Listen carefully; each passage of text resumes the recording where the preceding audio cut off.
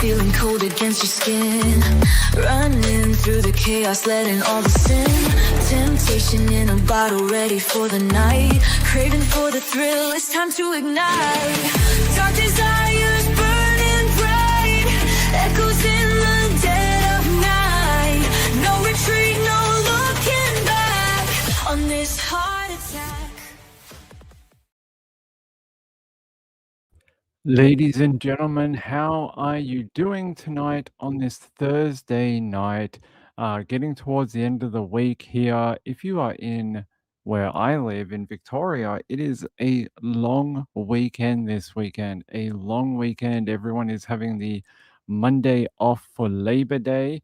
And yeah, I think a lot of people are like, how are we already in March? How is that already a thing? And I agree. How are we in March? So quickly. It feels like we were just doing Christmas and things like that. I don't know if anyone will get a reminder tonight because every time I alter the time, it doesn't send out a reminder to people. So very, very annoying, but that's okay. I hope you enjoyed the interview yesterday with Vicky. That was a lot of fun. I got to cover a wide range of topics, and I know a lot of you were requesting like where to buy her books, where to listen to her podcasts, and things like that. So I hope you found all the links and information underneath the video so you could go check that out. Um, yeah, I think her TV show will be very interesting. She's got a TV show coming up. It's the yeah. She posted on her Facebook about it. Hold on. Um,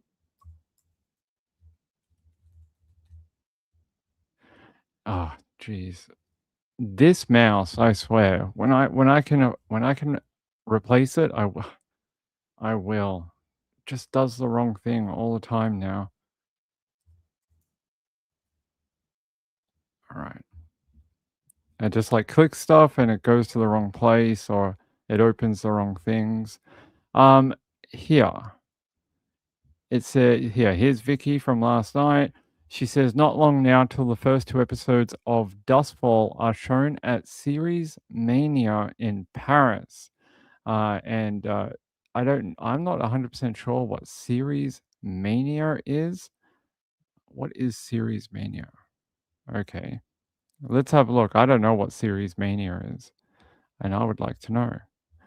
It's a film festival, obviously, but I'm trying to see if we can find her one.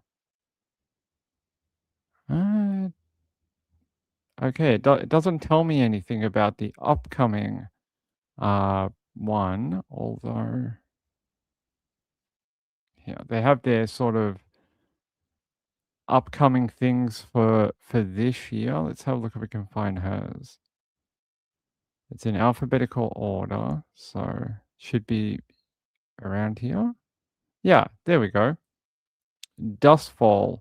It's in the international competition world premiere drama thriller Australia, and it's being shown 2 times, Wednesday the 25th and Friday the 27th in France. So I think that'll be really cool. Hopefully, eventually, we will get to see it in Australia. I don't know when that might happen and when we'll get to look at it, but hopefully we'll get a shot at it at some point.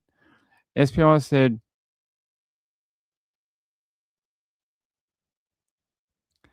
yeah, had the same issue, replaced the mouse with audible clicks. I don't want a mouse with audible clicks. I don't think that's a great idea. Yeah, I don't know when. I'll have to email Vicky and ask when we might see it. Uh, I don't know. I'm not sure. Yeah, let me check her Dustfall. Maybe there's some information. Dustfall TV series.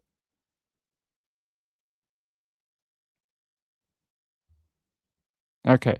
It's going to air on BBC and then it'll air on the ABC by the looks of it. So it looks like between the ABC and the BBC, it should air at some point. Um, in America, it might be on something like BBC First, if you or BBC USA or whatever it's called in America. So that'll be awesome. We'll have to wait and see when that premieres for us. I think it'll be a good one. Um, I think it'll be a good one. Okay, let's keep going.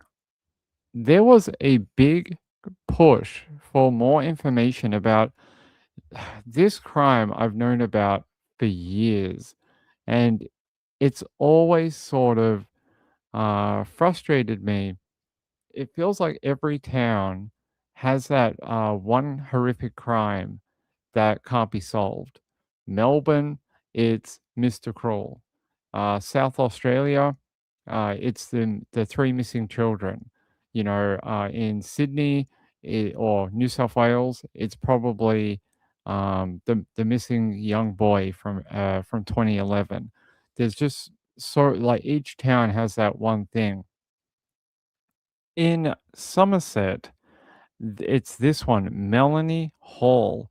Melanie Hall. This one haunts my memories because it it seems like it should be solvable and it's not. She was out at a nightclub after having a barbecue with friends. So after they had the barbecue, they headed out to a nightclub. She originally went there with her partner, but they had an argument during the night. At some point during the night, she started dancing with another fella, and the boyfriend got a bit mad and decided to go home. He was like, "Okay, if she's gonna do that and she's mad with me, I'm gonna go home."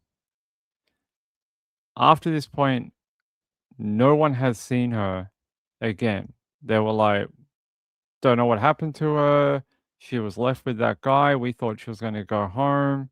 And it's one of those situations that we hear about in true crime all the time, where it's almost like that sliding doors thing. If a friend had stayed an extra 2 minutes, if she had gone home with the friends instead of staying there, if the boyfriend had stayed, maybe, it would be different, right? Whoa, what's this?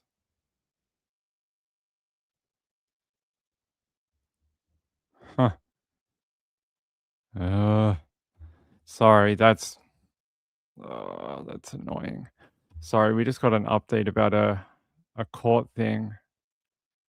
Ah, that's annoying. We had a court thing for next week, and now it's been moved. So you know what it's like with courts. Things get planned, and then at the last moment you hear, "Nah, we're not actually going to do that." So that is not going to happen. Okay, that's frustrating. All right, back to this story. So, like I was saying, it could be like just 2 minutes difference if she'd stayed with a friend, if her girlfriends had told her, "Hey, no, no, no, come home with us. We'll get you home." Something like that. Maybe the outcome would have been different.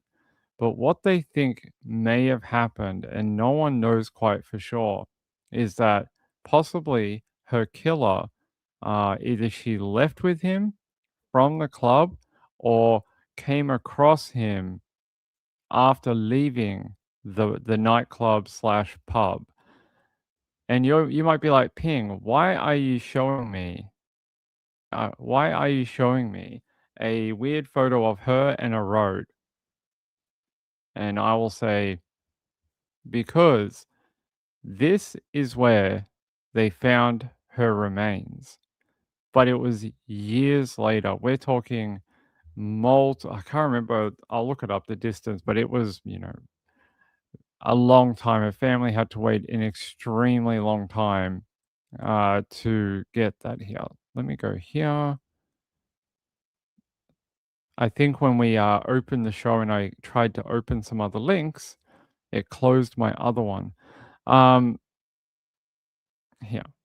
So the detective says that the weekend of Saturday 8th and 9th of June in 1996, they were at the nightclub Cadillac's nightclub in Bath.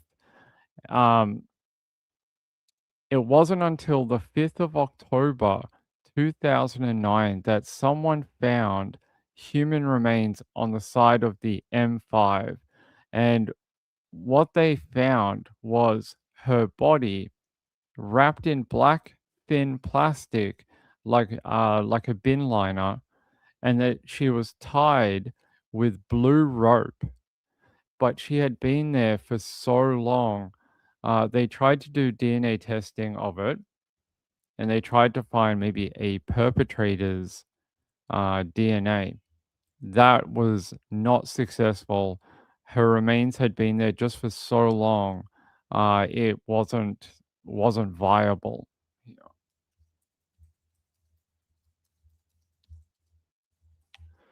Let me see if I can show you the rope that they found her in.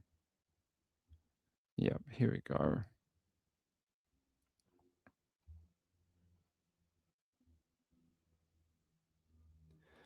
Here is the rope. So this is from evidence. It's not a great photo actually.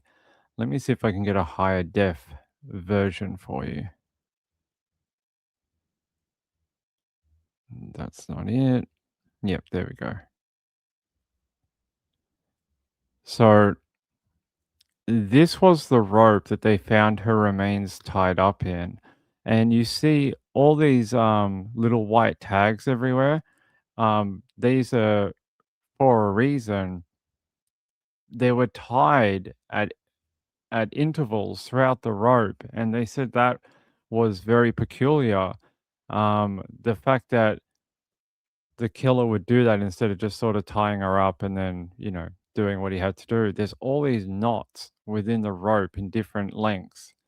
And this is what he used to tie up her body and then leave her on the side of the M5.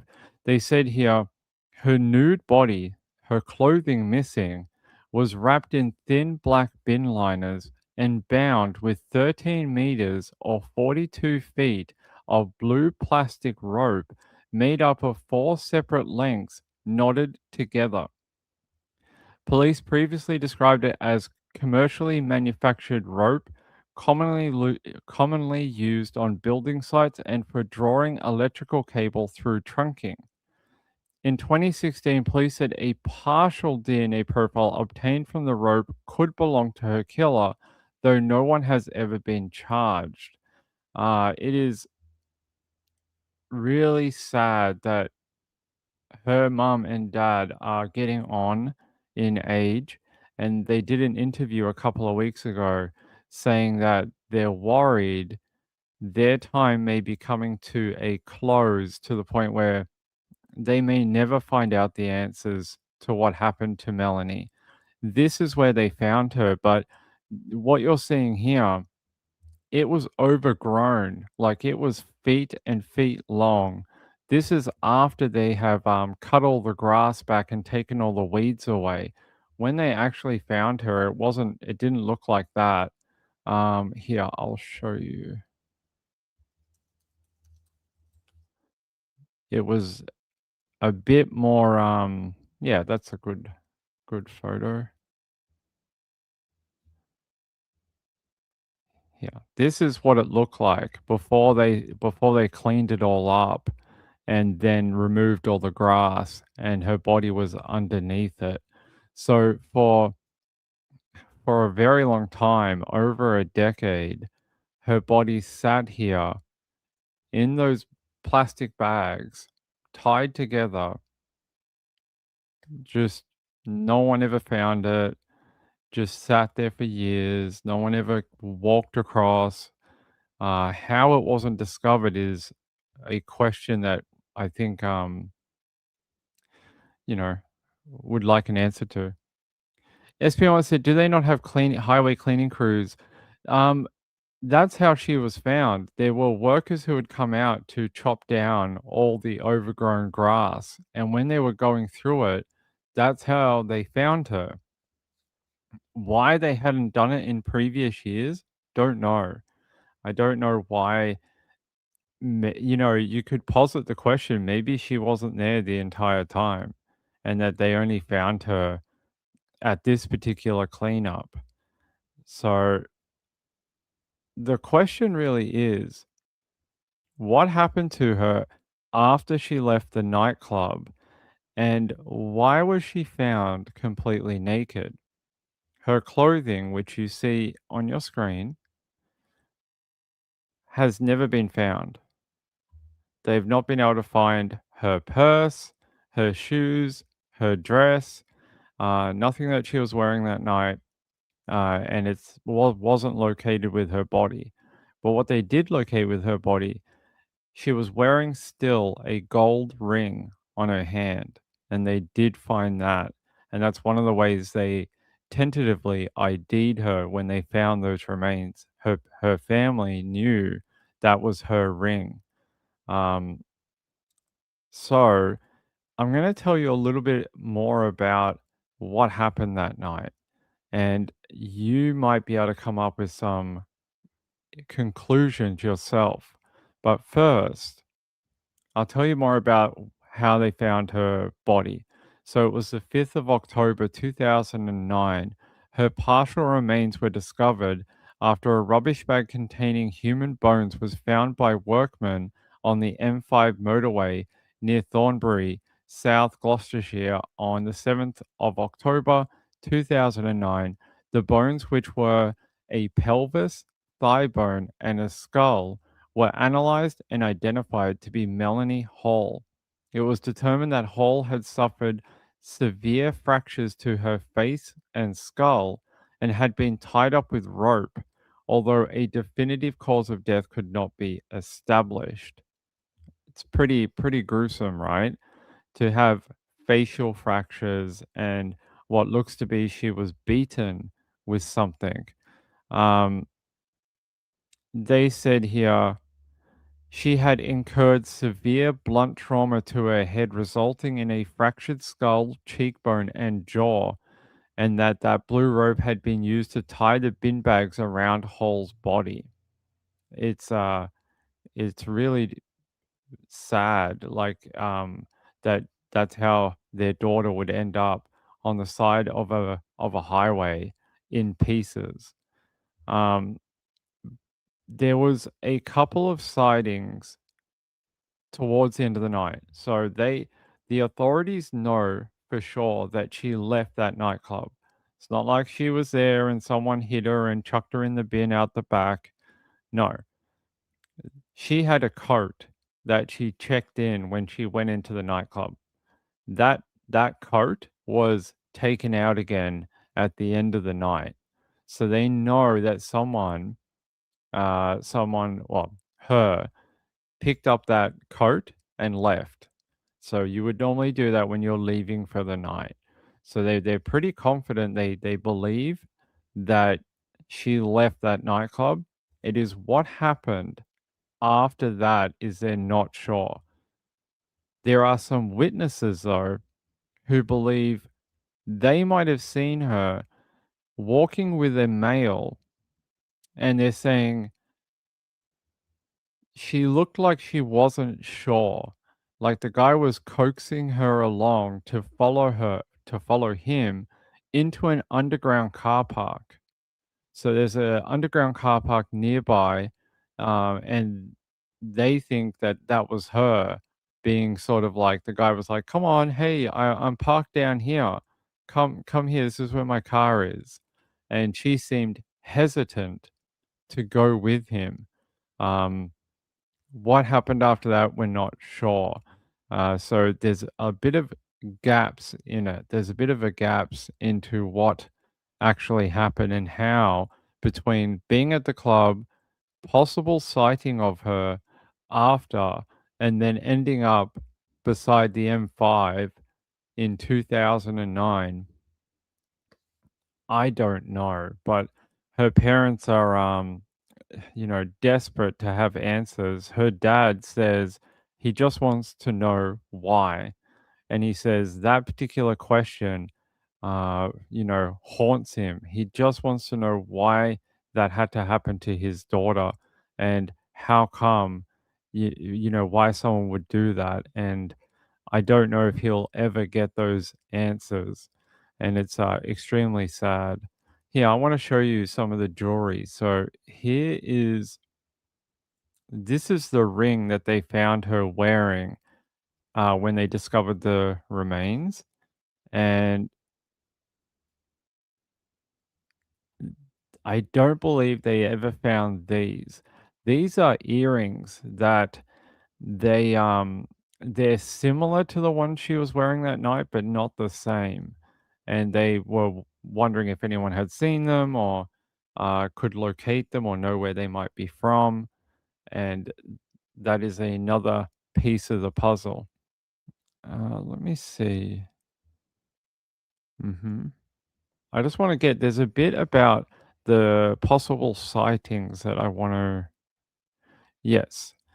Um, on an episode of Crime Watch, an appeal was broadcast on the 5th of November 1996, including details of unconfirmed sightings of her around the time she disappeared.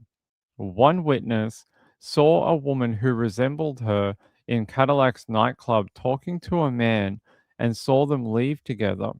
At approximately 2 a.m. on the 9th of June, two women who had left Domino's Pizza on Walcott Street and were heading towards the nightclub when they witnessed a woman who looked like Hall arguing with a man outside the church hall. Around the same time, further along Walcott Street, another witness saw a man coaxing a woman who may have been Hall into the podium car park. And this is the area here. If we go back, this is Walcott Street in town.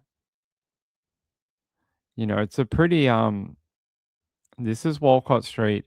This is the podium car park down here. So it goes, I think, underground a little bit. God, okay, hold on, guys.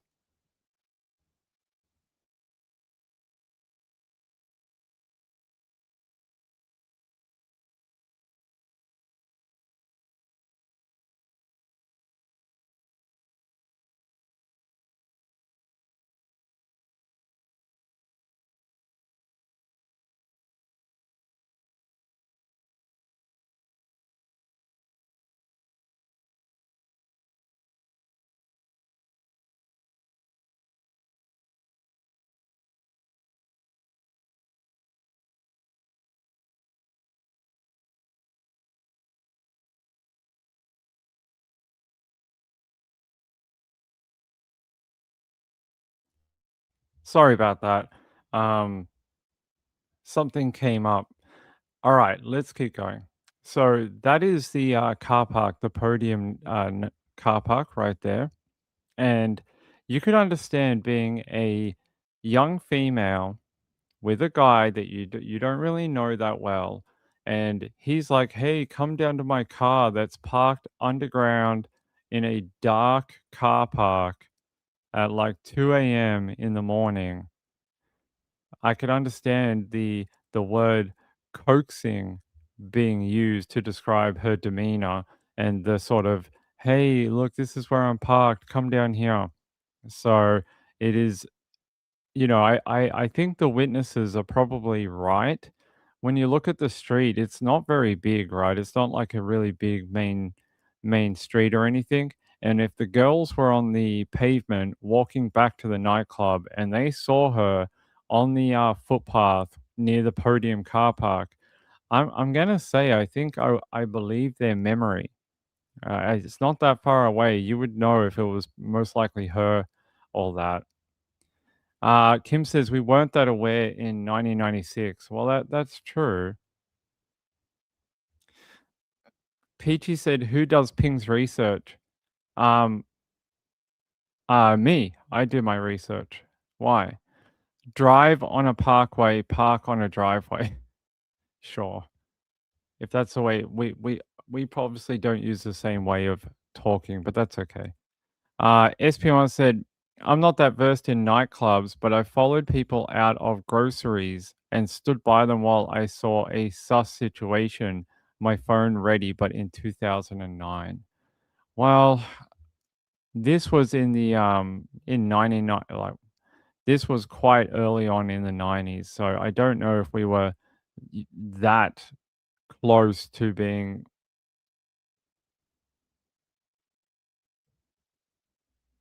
Oh, just because, I think it being maybe the 90s, you might be right that we weren't that well versed in.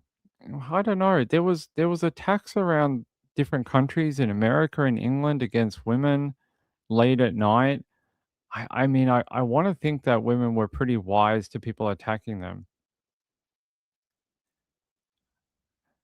Doctor Who fan, so I speak British. I speak Australian, and that's it. Peachy said, looks like a Mr. Bean car." It sort of does a little bit, that red one. It does a little bit, right? Yeah, so there you go. I like to think that their witness statements are most likely correct. Now, we know that witnesses are not always 100% accurate, but I think the outline of what they were trying to say is probably true. I think, maybe some details are a bit fuzzy, but I think the main thing, so they saw a woman walking with a guy towards that car park. I think that's a fair thing to come up with. Drive on a parkway, park on a driveway. I don't think I used the word parkway, did I? I don't think I did. If I did, it's probably because I'm reading from a bit a column of information in front of me, and it's not my writing. So if I said the word parkway, it's not me. It's whatever someone has written here, and they're saying here. Mm, so you know how we said that there was a skull, a pelvis, and a thigh bone found on the M5 motorway? They found more remains spread out around the field by the side of that motorway. And they said, please confirm that the remains were human. And they showed a piece of jewelry found at the site to her parents. That was the ring that's right here. And then her family said, yes, they do believe that to be hers. She was identified through dental records on the 7th of October of that year. So only 2 days later after finding those remains. Um, their fresh appeal is to anyone in the 90s who might have been in that nightclub. They believe there are people still out there who have not come forward from that night inside of Cadillac's nightclub. And they said, even though your memory might be fuzzy, they still want people to come forward with anything they might have seen, even if it seems like not worth calling in, or I don't think I have anything. They don't really care. They still want you to call in. So yeah, here's a better photo of that podium car park, and you can see it goes underground. You go around this corner and it goes under, like a lot of car parks that we've all seen. Um, I don't know. I think that I could understand her hesitation, and then you go, "Well, I wonder why she ended up doing it." Like, I guess we'll never know. But over the years, multiple people have been arrested. Now, in the UK, their system works a little bit differently, even to the USA. And even to their daughter country, Australia, they will bring people in and they will arrest them. They will question them, and then they will sometimes they'll just let them go. Sometimes they will release them on what they call bail. Now, bail works in the same way that it does in the USA. They just apply it differently. So if they have someone who they think is a suspect, they will bail them to appear if later. And what they mean by that is you are basically contracted to come back. So if the cops want you to come back for questioning, if they want you to come back and look at evidence or something, you must return. You must return or they'll charge you with another crime and then they'll keep you in jail. So they just sort of apply it in a slightly different way. In other countries like Australia and the USA, you might get bail after you're charged with a crime. So, you might go to the court and you get charged and you're like, "Hey, I want to get bail." They do it like that. So yeah, in the UK, they will often bail people to appear later. And that means basically they have to, yeah, come back if they're requested to. Hey, Peachy, I don't know what we're talking about. Sure, I don't know what that means. I'm not sure what that means, my friend. Mm, I'm not sure about anything about Iran. We're talking about a missing woman. Uh, so I told you there's been a bunch of people brought in, arrested on suspicion of murder, but no one has actually had the charges filed. Th- They've just not been able to get to that point. And this includes on the 25th of November 2013, a 44-year-old man had been arrested at an address in Bath on suspicion of murder. The man was released on bail until the 19th of December, and a property at Round Hill was searched. On the 28th of November 2014, it was reported that there was insufficient evidence to charge the man.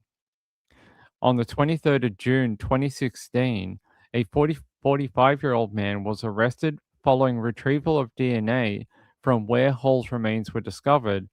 This person was released on bail a few days later. By October 2019, 11 arrests had been made during the police investigation, but no one has ever actually had charges filed against them.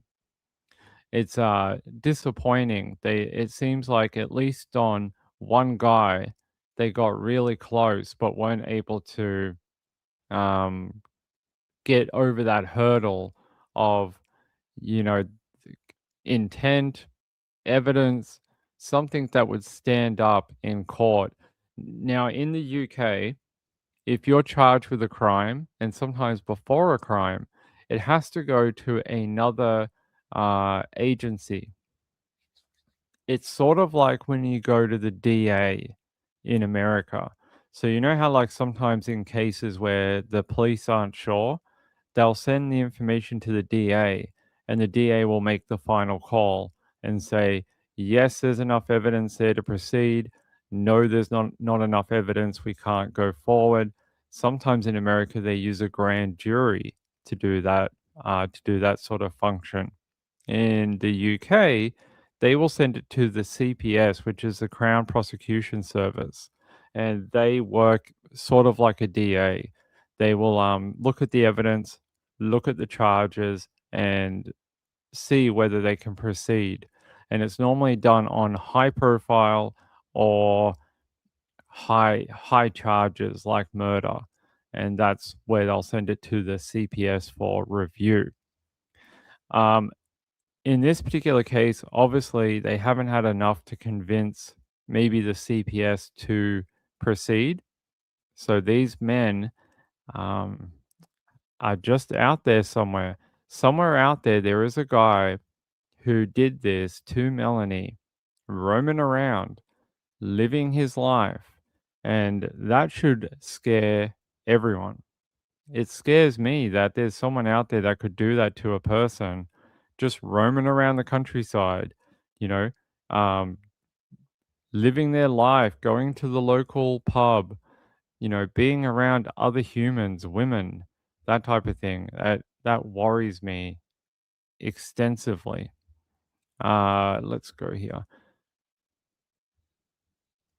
So There is another case that a lot of people link to this one, and there was a spate of sex attacks in Bath in the around the 80s, and it was nicknamed the Batman R word.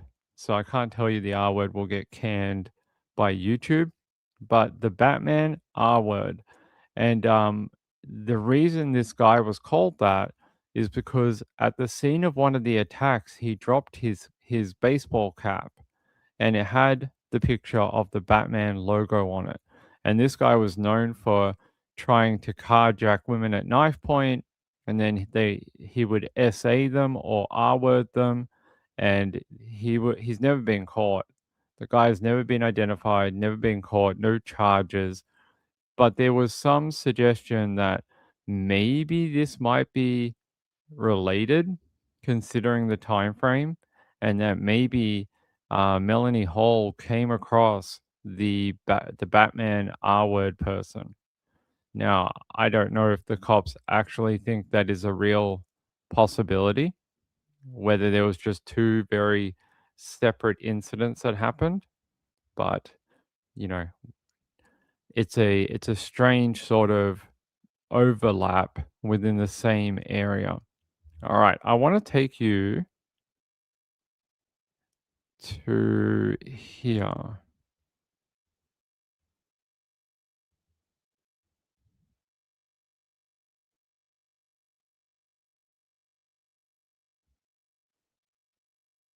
Nope, not that one.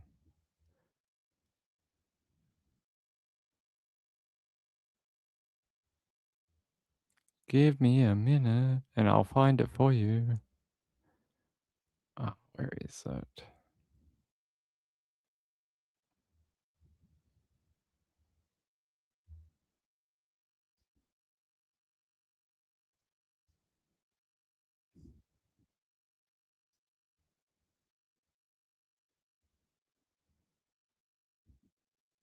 Now 23 years since Melanie Hall was murdered, but for her parents, the pain never goes away. Still as raw today as it was 23 years ago. And I don't think people realise that sometimes. The loss of Melanie has been like death by a thousand cuts. And if you lose someone instantly, like a road accident, or even if Melanie had been found 24 hours later, however terrible that is, it has happened, and you take that on board and deal with it as best you can. Whereas with us, it sort of crept up on us. Melanie's ashes are kept in the family home. Well, it's all we've got of her, really. And you know, obviously she's still, you know, she's got a bedroom here and everything, but you know, I can't bring her back. And she was such good fun, so. Melanie was last seen alive at the Cadillacs nightclub in Bath in June 1996. But it wasn't until October 2009 that her remains were found next to a motorway slip road off the M5 near Thornbury in South Gloucestershire. Police say it's highly likely that whoever left Melanie's body here was familiar with this area. But they say the person who left the body may not be the person who killed Melanie. And if that's the case, they're now appealing for that person to come forward. Police can now reveal that traces of DNA were found on ropes similar to this that was wrapped around bin liners containing Melanie's body. Her parents just want answers. Well, I would just like to know why and how it happened. We honestly believe that eventually we will find Melanie's killers. One day someone will come forward with information. Melanie's parents say they remain eternally optimistic that her killer will be found. Yeah, hopefully, I hope they are found too. They, them, a single person, more than one people, but it just feels like this is the crime in Bath, in Somerset, in the UK, that seems to haunt the town. I think the town and more people would love to have answers as to who would do this to a young lady on a night out, like so many young people do. And they've put up a new reward for information. They would like anyone, your money, sorry, not your money, their money could be going to you if you have that one bit of information that they can use, in the jigsaw puzzle. They may be just missing that one sighting, that one car that people saw, a description of that vehicle. Up to £20,000 is being offered by Crime Stoppers for information leading to the arrest and conviction of the person responsible. That is a lot of money. £20,000 is probably like 45,000 in Australian money. I'm not sure how much that would be in US money, like 30,000. Yeah, maybe something like that. $30,000 dollars. So quite a lot of money. They just need anyone to come forward and tell them what they know on that night back in the 90s. Marilyn said no cameras at the club or garage. Apparently not. Apparently no. I will look it up again, but I think I saw that they don't have any camera footage.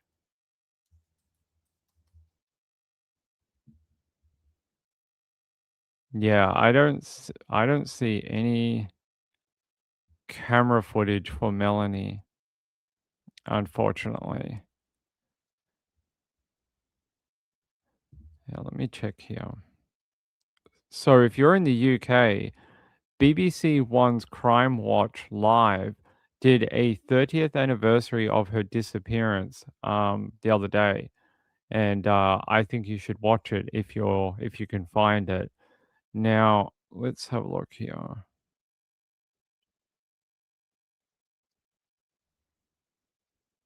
Anything else we didn't cover in this article? That's interesting. The murder of Melanie Hall is one of the longest running and highest profile investigations ever carried out by Avon and Somerset police, with hundreds of officers working on the case over the years. Hundreds of police have worked on it. They said, as we approach this significant anniversary, I want people to think back to the weekend of Saturday, June 8 and Sunday, June 9 in 1996. England were playing Switzerland in the opening game of the Euros, and the centre of Bath was exceptionally busy. Melanie had spent the evening with her boyfriend and friends and went to the former Cadillac's nightclub. The last confirmed sighting of her was at 1:10 a.m. on Sunday, June 9, when her friends left the club. She was sat by the side of the dance floor on her own. They asked, "Did you go to Cadillac's nightclub? Did you see Melanie that night? Has anyone spoken to you about that night and raised any concerns or suspicions? Does anyone you know act differently when they see or hear an appeal for information relating to this case? We believe there's a strong possibility that Melanie left the nightclub with her killer, as a coat she checked into the cloakroom was collected, but she could have met them outside or got into a car. If you have any information or suspicions about anyone who could be connected to Melanie's disappearance, now is the time to let us know.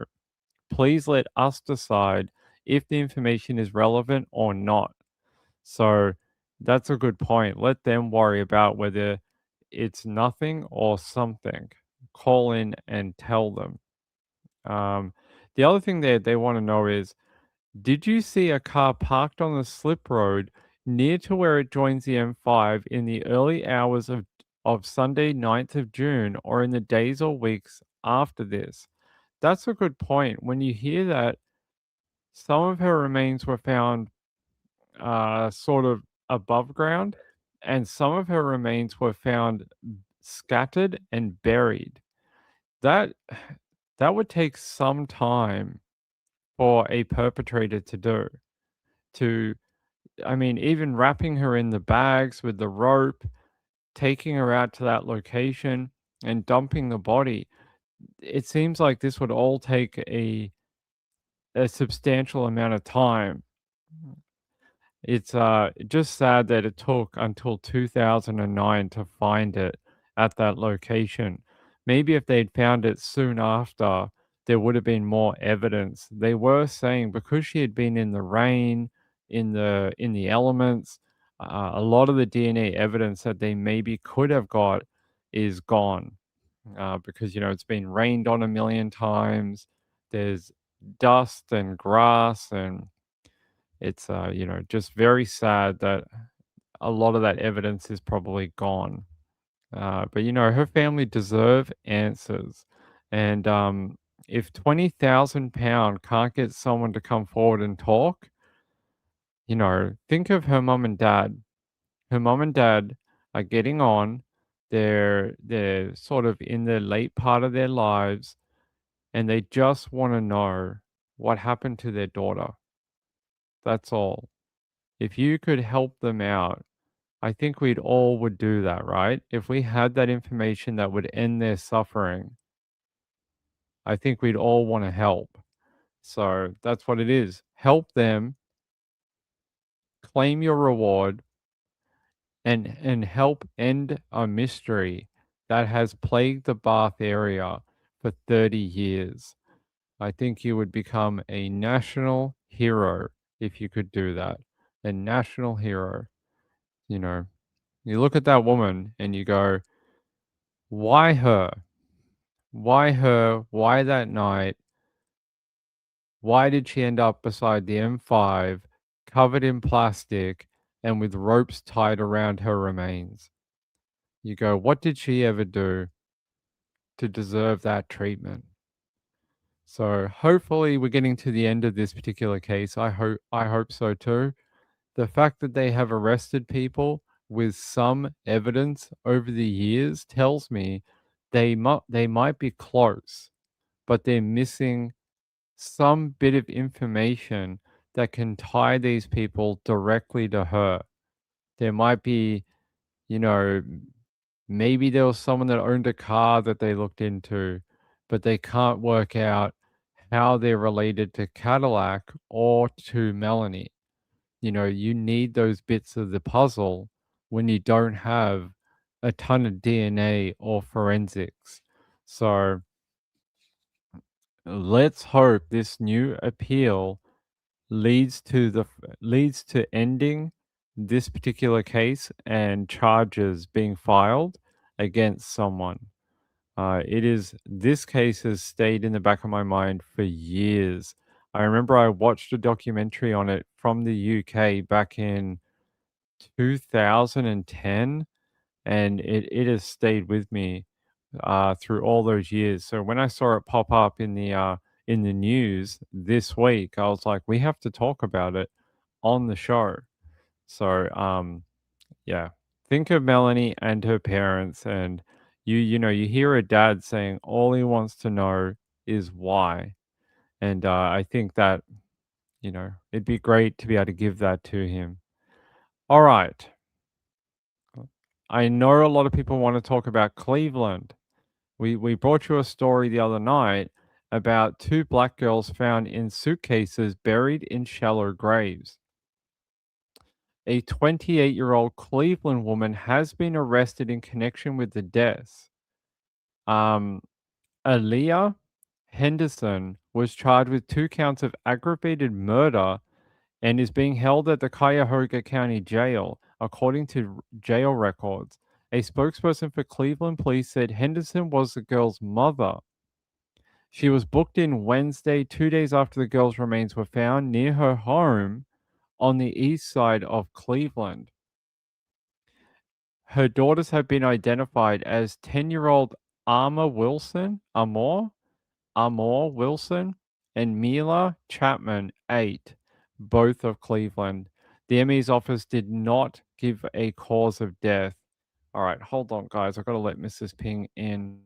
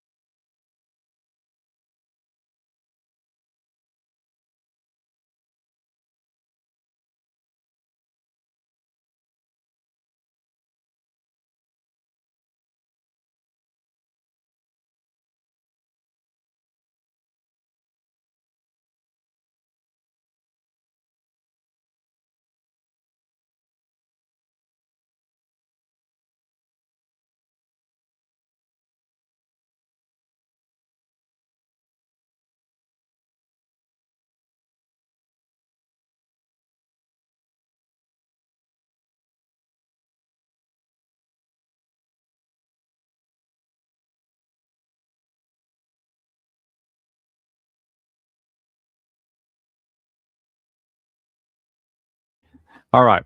She's here. Say hello, Mrs. Ping. Hi, everyone. I don't think they could hear that. Hi, everyone. There- So there- loud now? yeah, there you go. Now you get to hear her. That's it. That's sort of the level she speaks at to me all the time. So, you know, high optics or high whatever it is, high decibels. That's what she likes to speak in. Who is messaging me? Okay. Okay. Yeah, hi. Everyone says hello, hello, hello.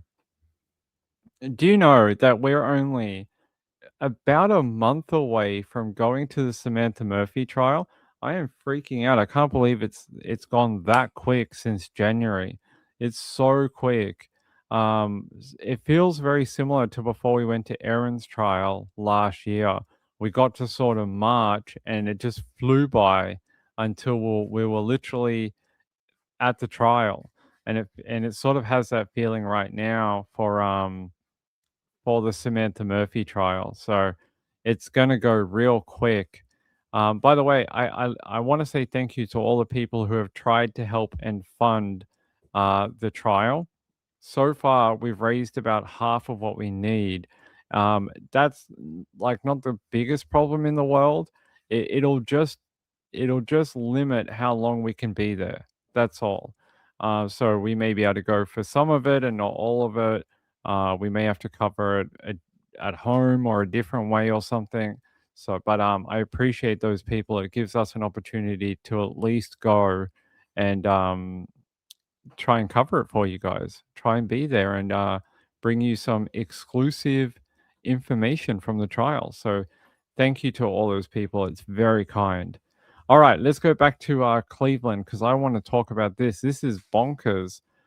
I said that I didn't think that these girls were there for very long. I just did not think so. I was pretty sure that it had to have been somewhat recent. Um, and you know what I love? People have started laying flowers where they were found. I love that. Here you go. Bit of a memorial is happening, and I think that's so beautiful to like leave little toys and instead of it looking like a crime scene, people have been leaving like little stuffed animals and flowers and things for the girls. And I love that, because it looks so clinical the other day. Like if you look at it, the photo we have from the other day, it's got like crime scene things and spray paint and stuff like that. It looks so clinical and no love to it.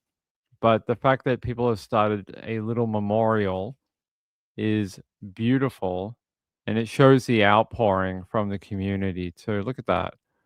There you go. They've got all these teddy bears and daisy flowers and balloons for the girls. I really love that. To me, that is a way better photo than anything to do with crime scenes or anything like that. So beautiful. Thank you, my friend. I appreciate it, Peachy. Thank you. I will put that towards it. I promise. It's very kind. By the way, Dan Yee gifted a membership earlier. Say thank you to Dan Yee if you got that membership. By the way, I have a giant box of cookies over here. I just got them from the PO box, and it is. I don't think you'll believe me when I tell you how giant this box is. It is bigger than a suitcase, even though we're talking about suitcases right now. It is huge, and I haven't opened it yet. So we're gonna open it on the show in a little while. So this came from DJ. DJ sent this down from Texas. So we're going to have a look at that in a little while. Let's have a look. There's photos of the little. Is it a little girl and a little boy? Sorry, I said two girls. I thought it was two. Yeah, it is two young girls. Right. Ping, what are you talking about? Yeah, there we go. All right, let's play the video. Also tonight, heartbreak and anger from the man who says one of those little girls was his. Can you imagine? Our Harry Boomer was there for the emotional moment when he came to that scene. I'm standing here near both of the shallow graves. When I was out here a couple of hours ago, there were very few stuffed animals, but as you can see here and at the other one about 25 feet away, lots of stuffed animals. And yes, Deshaun Chapman was overcome with grief and anger as he comes to terms with the terrible truth. His precious little girl is dead. Her body found right over here in those shallow graves that I mentioned to you. Deshaun Chapman walking slowly in the rain toward the shallow grave where he says his daughter was buried. I've been looking for my daughter for 5 years. I've been calling CPS, going to the courts, trying to get emergency custody, calling the police for welfare checks, but they denied all access. The 8.5-year-old's body was partially buried in a suitcase at the edge of a field behind Gann Academy in South Collinwood. Chapman says he's working with police right now to prove he was the father of one of the little girls. I'm still in contact with the detectives. We're doing the DNA samples, so I get more details within the next couple of days. Chapman says the girl's mother has been avoiding him by moving around a lot. He says the last time he was able to see his daughter was when he helped buy her clothes for kindergarten. Tell me what you're thinking, what you're feeling, believing that your daughter has been murdered. What I'm feeling is hate. I ain't gonna lie, I feel hate.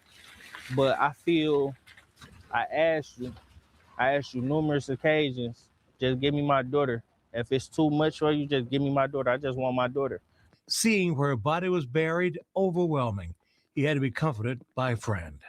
I don't get how you can hate your own kids enough to kill them, to bury them, to do all this.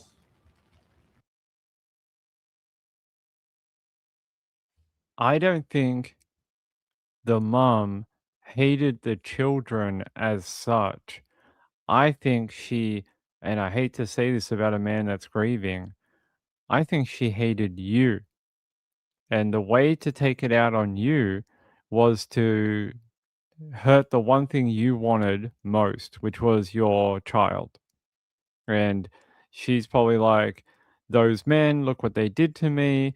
They left me with 2 children and I'm a single mom and I got to do everything myself and no one helps. And it it may have been that she took it out on the kids to try and punish the men, the fathers. It's very sad that this guy had been trying to get in contact, go through the courts, try and get custody of his daughter, and she was able to hide them for a number of years. That's it shows you, unfortunately, how lopsided the custody courts can be. The children's court can sometimes go too far in one direction and not see the forest for the trees. And I think it's possible, we don't know the background fully as of yet, but it's possible that the children, or at least one of them, could have gone and lived with dad um, years ago. And that is something we'll never know because they are now gone. It is really, really awful.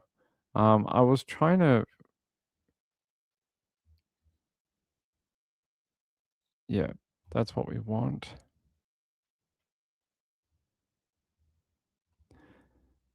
I was trying to, there was a couple of little photos. Is this mum here? I think I have a mugshot. A mugshot for my, it is. Here is a mugshot for mum. There is the mother. And what are they saying here? That is Aaliyah Henderson. That is the mum. And they say she faces murder charges after 2 young girls were found dead earlier this week, buried in suitcases. And she's been charged with 2 counts of aggravated murder. Let's see.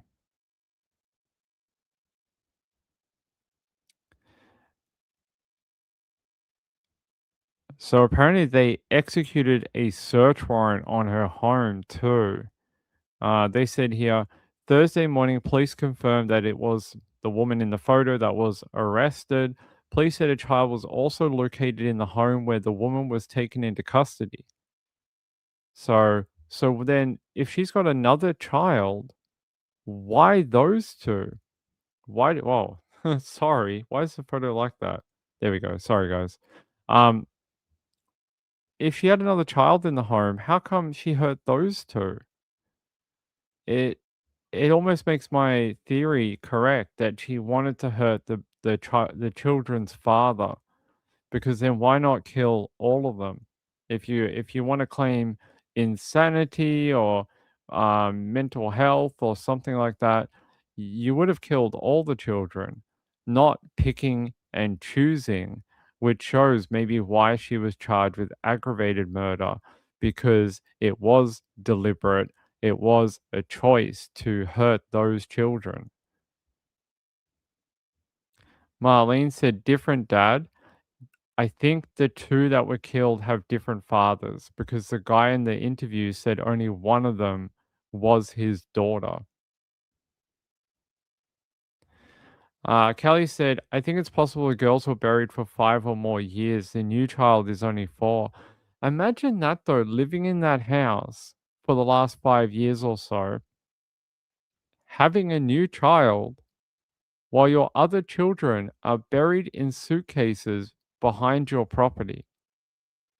That's really messed up.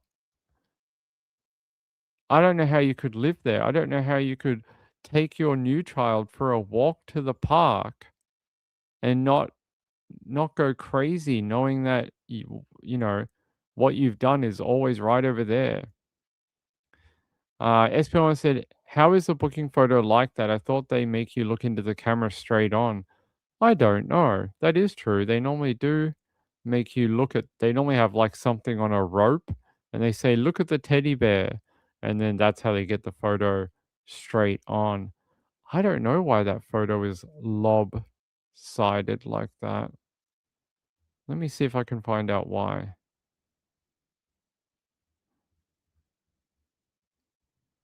It came from the Cuyahoga County Sheriff, so I'm not sure.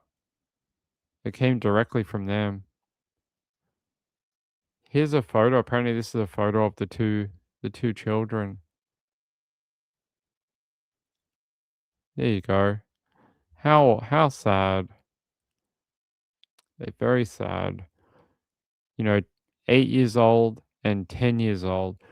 Something about that makes me wonder if when they found the suitcases, they knew very early on who they might be. Because remember they gave us an age range? And they gave us it was like 10 to 12 or something, and the other one was 9 to 13. I just wonder if they maybe had a inkling of who it might have been. 2 bodies were found partially buried.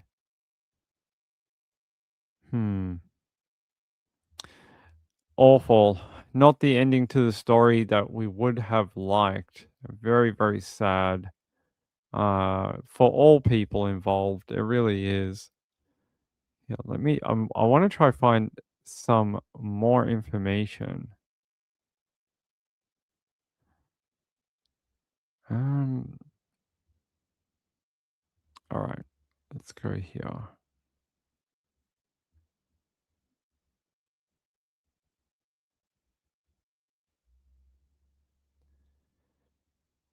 So we must have missed this yesterday doing the story for. Oh, we did the interview.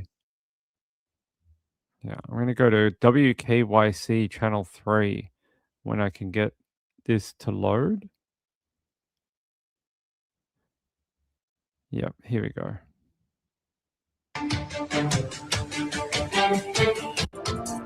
A 28-year-old woman has been arrested and charged in connection to the deaths of 2 young girls found dead inside suitcases on Cleveland's east side. Aaliyah Henderson, whom you see there on your screen, is now facing charges as investigators work to piece together the circumstances of this horrific discovery.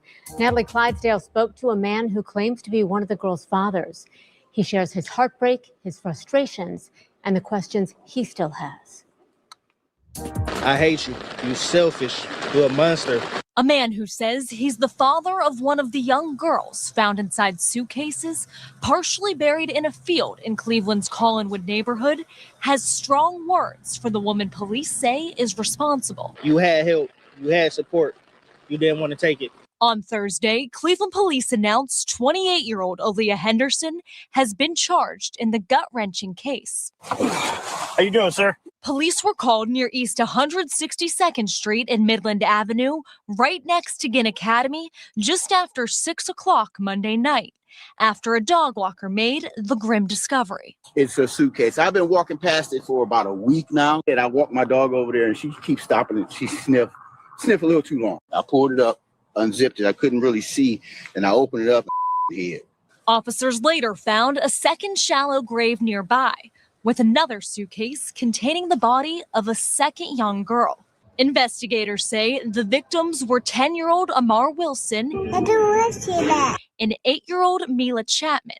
DNA testing revealed they were half-sisters. I remember them building tents in the living room and making pallets on the floor and having a girls' night, just doing stuff like being kids. Deshaun Chapman told 3 News he had been trying for years to gain custody.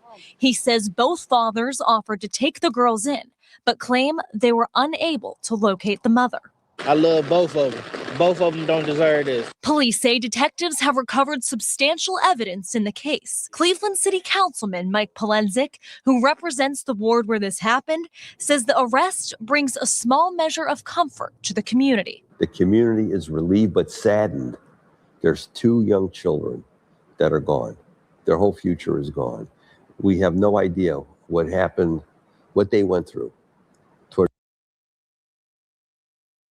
You know, that makes it even more sad that both fathers had in the past put their hands up to take the children from her, if she was struggling. That is makes it even sadder because no murders need to happen, right? None of them. But this one had a way out for her, like an actual way out, and she just didn't want it. Like the father said, you had support, but you didn't want it.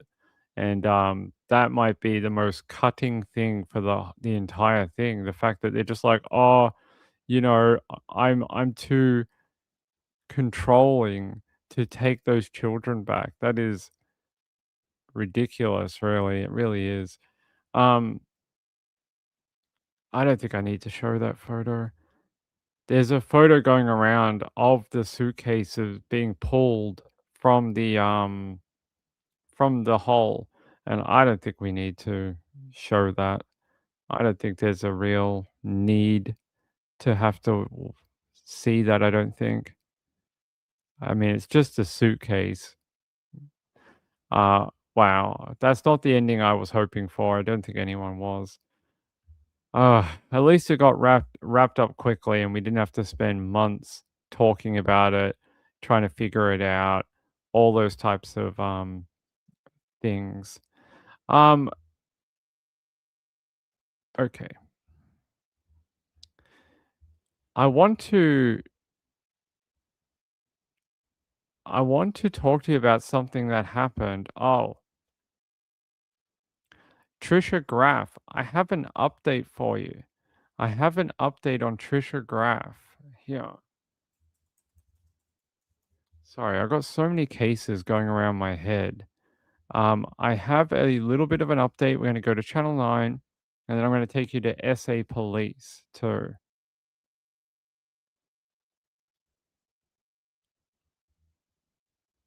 Of a mum who's missing feared murdered in SA's outback. Police seizing a vehicle they believe is linked to the disappearance of mum Trisha Graff. Shannon McDonald is live with the latest. And Shannon, the vehicle was uncovered during a renewed search. Well, Brenton, it's been close to 3 months since the mother was last seen, but today police seized a vehicle they believe could be a clue in Trisha Graff's disappearance. Major crime and Star Group officers who've returned to Andamuka have this time to focus on a group of mine shafts and old diggings near a residential property. It follows an unsuccessful search of a home's septic tank a little over a week ago, which had to be abandoned due to bad weather. Trisha Graff was last seen in the early hours of December 12. She'd been out at the Roxby Downs Hotel before leaving with a friend. They'd been in a car which crashed before visiting a house in Andamuka. The 41-year-old later vanished after leaving that address. Police say they've searched 315 points of interest in the past 2 days alone. And while no evidence has been uncovered, they haven't ruled out returning to the area. Meanwhile, the vehicle of interest has now been taken for forensic testing. So, Brenton, there's still a long way to go in this investigation. Shannon McDonald. Breakthrough tonight in the case of a mum who's missing, feared murdered in SA's outback. Sorry about Police that. You had to see my dumb face a little bigger. Yeah, so they have taken a vehicle for forensic testing. Not the first vehicle they have taken, as we found out. Please remember my rule when talking about Trisha Graff from now on. Focus on the adults. Please don't mention any of the children at this point in time. But yes, last week they searched a septic tank system, and if I can find it for you, I'll show you the photos. They also, where is it? There was also a video from SA Police that they put out today. I'm just going to try find it for you. South Australian Police. No, that's not it. Here we go.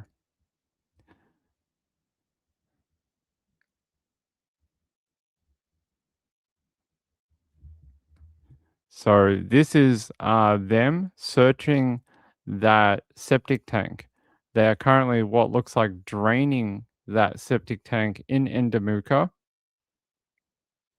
thinking that maybe her body was inside of it.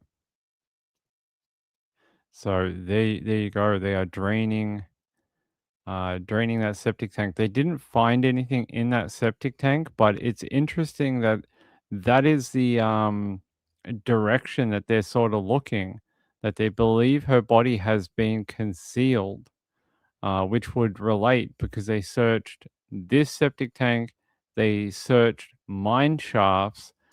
So their opinion is that she is not visible. They must believe that she has been concealed. There you go. That is very good camera footage from SA Police. Yeah, so it seems like they are tightening their investigation, definitely down certain avenues.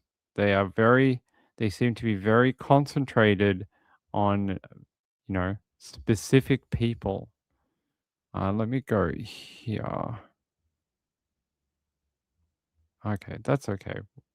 I was going to show you a different one, but there's no point. Police have seized a vehicle of interest as part of an ongoing investigation into the disappearance of Endamuka mother Trisha Graff.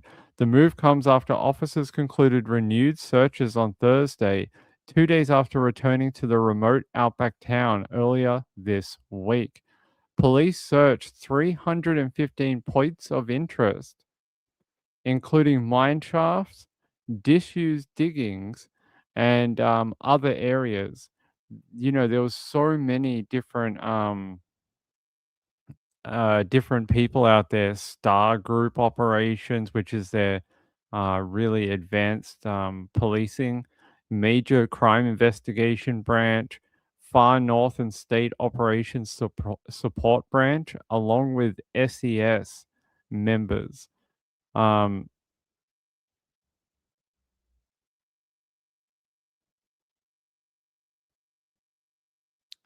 So that is now what is looking like. We have to wait and see what forensics they get from that vehicle and whether it has anything that can lead us to an answer to what happened to Trisha Graff that night. Whose car was it? Whose car was it? I don't think they told us. Let me see if they list it in the article.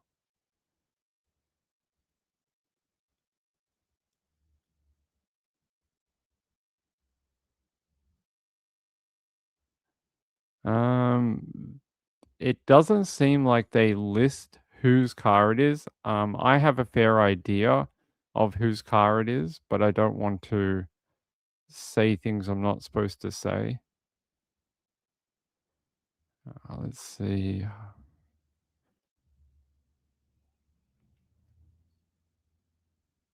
I was hoping they were going to name the person, but they're obviously not doing so. But South Australian Police did release a media thing here saying police have concluded their search in Indomuka, searching for evidence in connection with the disappearance of Trisha Graff. And they did put out some new videos, including of them searching mine shafts. Have a look at this. Imagine being a cop and having to do this. There you go. These are the type of mine shafts that are scattered, and there's hundreds of them around the town. Yeah, we got a little video we can watch. Here's Sapol, and this is them preparing to go down a mine shaft and search for evidence, and maybe Trisha Graff herself. You know, South Australian's police video is insane.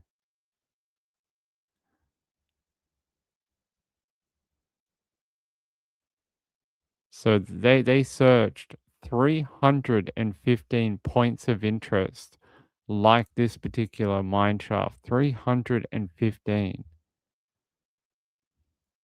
SPR said everyone's committed to finding her, but I think they will find her soon. I just feel it. I hope they do. I really do.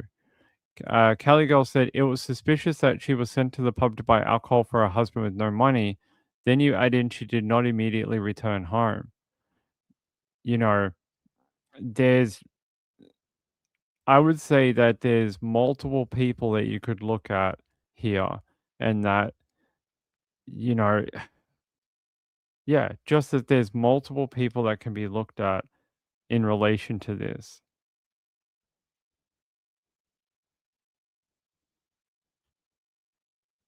Okay. All right. Yeah, multiple people. SP1 said South AU video might be the best in the world. Never seen anything like it. It's amazing, right? I was about to say that their video cam quality is great. It's like beautifully shot. Whoever does their video work, well done. And you can see the type of terrain, like we see it on the maps, but it's not until you actually see the ground level of what they're working with. It's imagine having to do that every day, all day out there in the outback. So, you know, they've completed their search for now, and we'll have to see what happens, but it seems like they have one train of thought, that they're looking down one avenue of what I'd say, not on who did it, but where she might be. And that is because it doesn't look like they're doing any ground searches anymore. Let me have a look.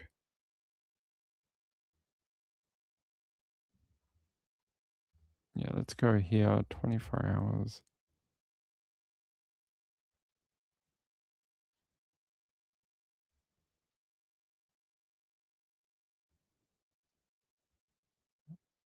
All right, I was trying to see if we had a better video. I don't.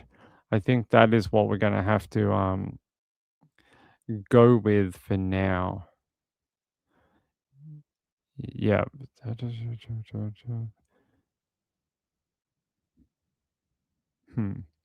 I would say this, you know. they already took vehicles from what we know. They already took vehicles from one person. Who else would have a vehicle that might be related to the investigation? That's what I'm going to say. You know, you can't have your vehicle taken twice, can you? So, yeah, there's your update with Trisha Graff. They've taken a car, they searched the area. Unfortunately, they didn't find anything. And now we're going to have to wait and see if anything of forensic value comes from the car that they have taken. So, we'll keep waiting. We'll keep talking about it, and we'll see what happens. All right. By the way, a very sad story out of Melbourne over the last 24 hours. I don't know if many of you saw this, but there was a person that worked for NAB. NAB is a bank down here, and apparently, this is the building they work in. They jumped from that top floor, and passerbyers found them at 2 p.m. during the day. And this is what the top level looks like that. And they jumped from that level. And NAB had just recently gone through a restructuring and sort of letting people go, firing people. And I don't know if it's related, but you know, it's very sad for someone to feel the need to do that. So that was going on in Melbourne over the last 24 hours that someone had yeah, done that. Very, very awful that they had to, you know, people had to see that. There's workers that probably walked past it or were the person who found them. So very traumatic for all involved.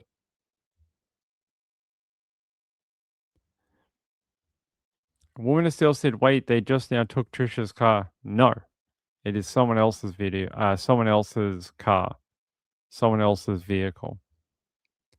All right, what else do we have to tell you tonight? God, we've gone through a lot of information in an hour and 20 minutes. We've gone through a lot. Let me see what else I have on my list of things. All right.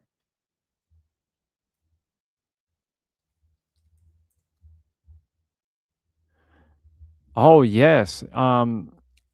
Let's talk about the 3 women in Utah. I was watching the coverage of this as like early in the morning, and I couldn't believe when they did that press conference. What is going on out in Utah? This is one of the craziest things I think I've ever heard of. Here, I want to take you to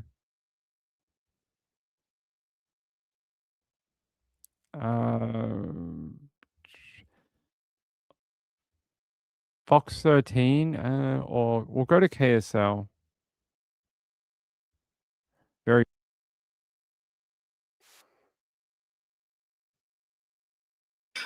where law enforcement is responding to all of these things and a suspect that is outstanding. Yeah, right now that murder suspect is no longer on the loose. He is in custody, accused of killing 3 random women in Wayne County. And new at 4, we are learning more about the Iowa man's criminal background. The 22-year-old was supposed to be in an Iowa courtroom tomorrow. He's accused of several crimes, including burglary, theft, and illegal possession of a weapon. Police don't know why Ivan Miller made his way to South Central Utah. Here's a look at the map showing where his alleged victims were killed. 2 near a trailhead in Torrey, the other at a home in Lyman. Police arrested Miller hours later outside of Durango, Colorado. Yeah, police say So 3 women killed, and from what I understand, there's no connection, no reason.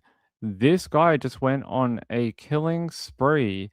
He's 22 years old. He's from Iowa with no connection to the women who told police the murders had to be done to steal their cars. His name is Ivan Miller, charged on Thursday with 3 counts of aggravated murder for the deaths of 3 women in Wayne County. The identities of the women have not been released, but one woman is in her 30s, one in her 60s, and a third in her 80s. I I don't. What is going on? Why would someone do this? According to the charging documents, Miller told investigators that he hit an elk in Lower Utah a few days earlier and sold his truck to a tow company. He said he stayed in a local hotel for a few days and then killed someone and stole their car. Yeah, that seems like a normal thing. So you just kill people to steal their car. In a second interview with the FBI, he said he stayed for a night in a shed behind the 80-year-old woman's home, watched her drive away in a Buick LeSabre. Then he said he entered her home, hid behind a door, and shot her in the head when she returned and was watching television. Miller said he cleaned up the scene the best he could, dragged her out to the outbuilding, and further down into the basement where he ultimately left her. Miller said he grabbed his stuff and took the car, but he did not like the car and wanted to find a different vehicle. Miller said he parked the vehicle near the trailhead when he saw a younger woman and an older woman get out of a white Subaru. Miller told the agent he went up to the two women, first shot the younger one, then the older one twice, but since she was still moving, he stabbed her multiple times in the heart. Miller admitted he dragged both victims at the trailhead to the ditch, laid them next to one another, and Miller said he did it because he needed money. Miller said he took their credit cards and used the older woman's card to buy gas. Miller said he was intent to get back to Iowa. Miller confessed that it had to be done, but he did not like to do it. What? This guy wrote about all these things. Like, why did you need to kill them? It's bizarre. You could have just pointed the gun at them and taken their car. They would have given you the vehicle.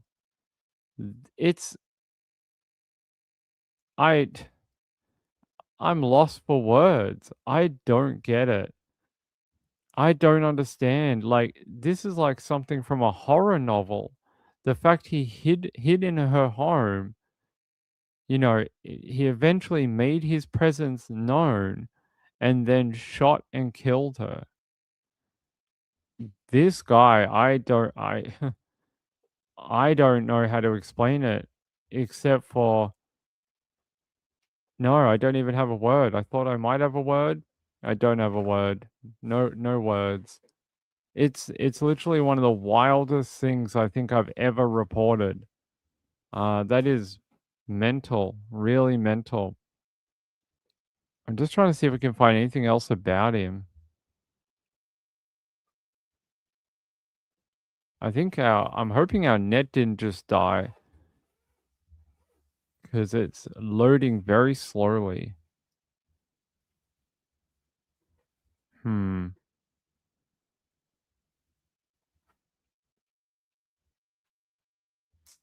Okay. Seems to be working. Let me see. I want to find out what else we can find about him. All right. What is the Wayne County?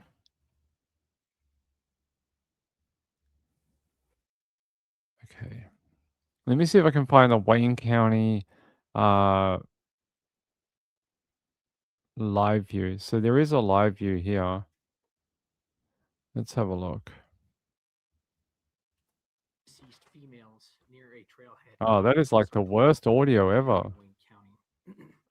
Officers found a vehicle in close proximity to the trailhead that appeared No, that's suspicious terrible. and All right, Wayne County.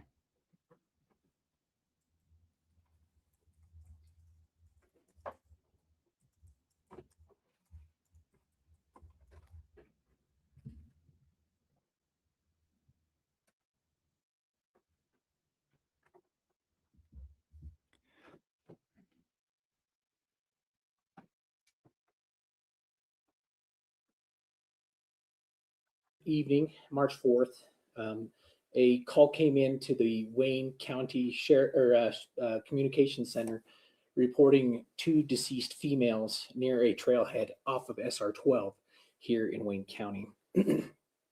Excuse me.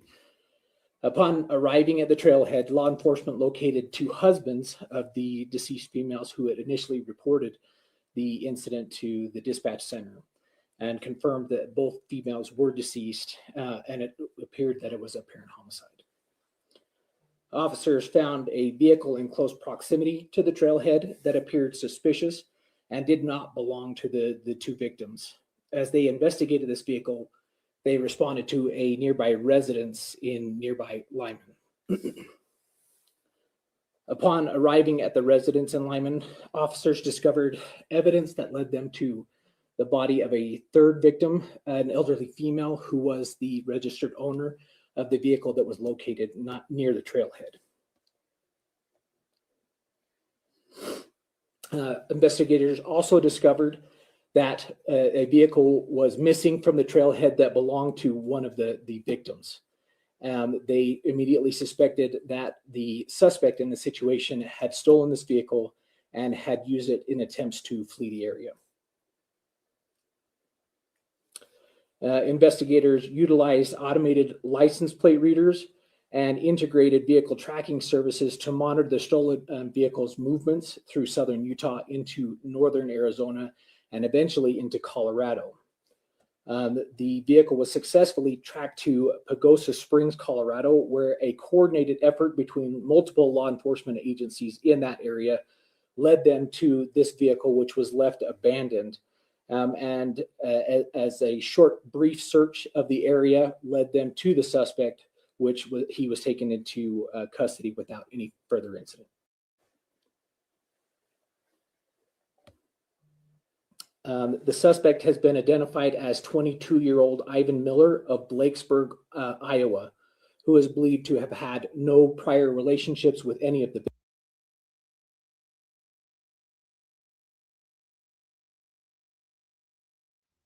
All right. I'm going to leave it there for that. I don't want to play it all. But that guy is spooky. Like, you know, you hear about people who might actually be psychopaths. This guy might actually be a psychopath. The fact he could just do that to these women as if he was buying a bottle of milk. Like, he was like, oh, yeah, I just killed them. I just killed them all. You know, oh, I just had to do it. It's awful, really is. 22, yeah, and he's already doing this type of crime. I'm stunned, I really am, that he would hurt these women in that way. I don't know. They probably would have done a drug test on him when they took him into jail. I guarantee it.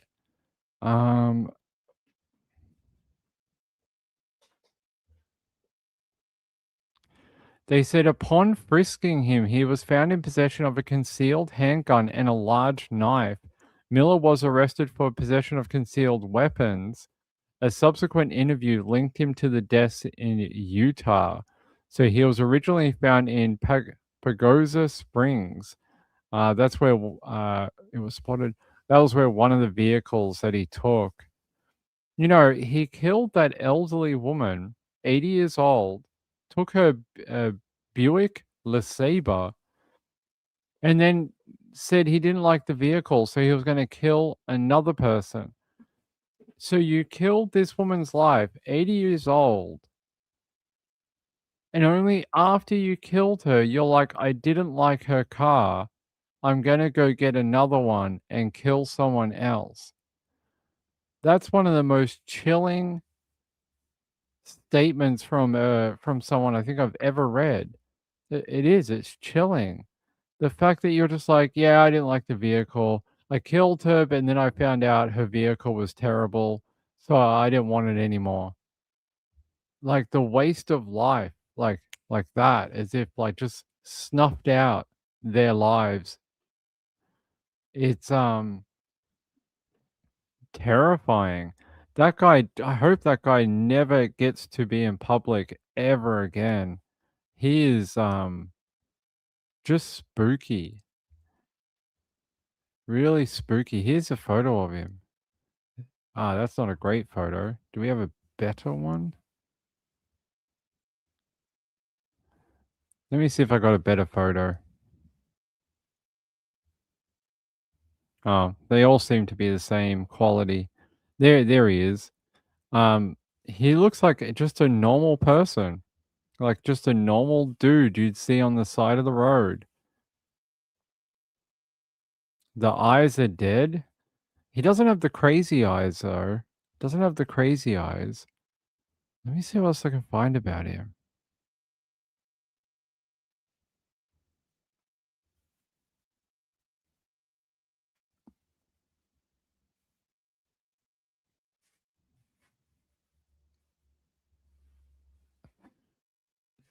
So his only motive was to take their vehicles. That's it. When they talk about motive, his motive was to rob, like to steal their vehicles. That's just terrible. So, okay. Well, so he did have possession of a chemical or like a drug, burglary in the second degree, theft in the fourth degree, possession of a controlled substance, but it's marijuana. Person ineligible to carry dangerous weapons. Why is he ineligible to carry dangerous weapons? Why? Normally, being 22, he would be allowed to. Why can he not carry a weapon?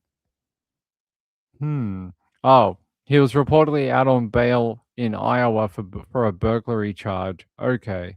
Oh, those are the charges I just read out. Are they the ones for Iowa? I think they might be the ones for Iowa.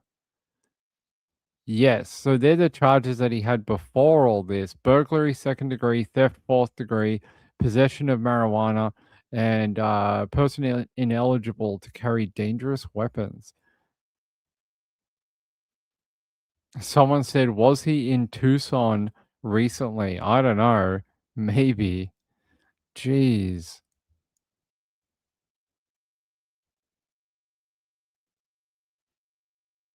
Let's see what else we have about him.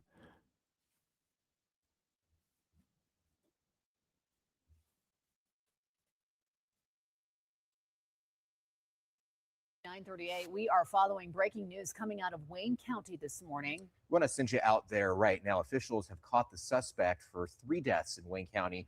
All the way in Colorado, our Julia Sandor live at the scene. So, Julia, we just heard that press conference wrapping up about 15 minutes ago. We learned a lot of information there. What were your big takeaways? Yeah, that's right, John. Thank you guys. We got down here about an hour ago. We've just learned some more information. I think the biggest piece of information was that they identified who the suspect was, and that's 22-year-old Ivan Miller. He's from Iowa. They don't have details about how he got here, but they do say right now we're kind of standing in front of one of the crime scenes. I'm going to step out of the way so that you can take a look at it.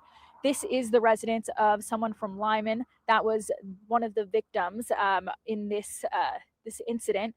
And they say that there's no connections as far as family relations or anything like that for this victim or any of the other victims or any of the victims with the suspect, Ivan Miller. And again, he was taken into custody without further incident in Pagosa Springs. They say that just kind of some of the details, kind of going back to the incident yesterday, they had received a call around 4:30 afternoon from husbands of 2 of the victims that were on the trail because they hadn't gotten any information from them. They hadn't heard from them for a while. Wow, apparently imagine being the 2 husbands and you're calling the police because your partners have not come home. And then they find out that they're actually dead at the trailhead because of this guy. Oh my god, I just feel so sorry for the families. That I just want to know more about this guy. Like, why was he over in Utah? Why did he leave Iowa? Why did he have to hurt all these people? It's not like he has a history of killing people. It's not like we're like, oh, that guy that kills people got out again. It's not like to just randomly start doing this one day. You know, all to take a car. It's really bizarre. It's very, very strange. And there doesn't seem to be a lot of explanation about it at all. Let me go check on this one here. Go to KSL. So Margaret was the 86-year-old. Linda and Natalie were the two women found at the trailhead. No connection to the victims, no ties to the area, but claimed it had to be done. I don't know why it had to be done. You could have just pointed a weapon at them and they would have given it to you. I want to know if they actually find out if his story's true or not, about that he hit a elk a few days earlier and then sold his truck to a tow company. I want to know if any of that's true. During a second interview, that's so spooky with the elderly woman. The fact he stayed the night in her back shed and then broke into her home and hid behind, a door or whatever, waited for her to come in the house and then shot her with a pistol. And then he tried to clean up the scene. So her home would have been an absolute mess. It would have looked like a horror movie. Oh my God. It's such an outburst of violence. Almost like he killed the first one and went, "Oh, that's pretty easy. I'll just kill all of them now." There needs to be so much more research done on this guy. There's just so many bad things. Mrs. Ping, did you hear that?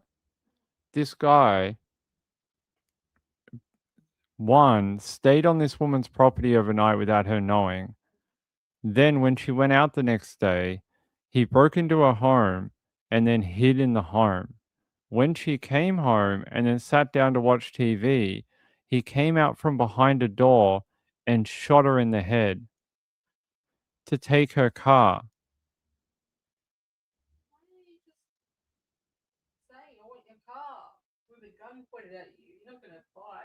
I know. So, no. Yeah.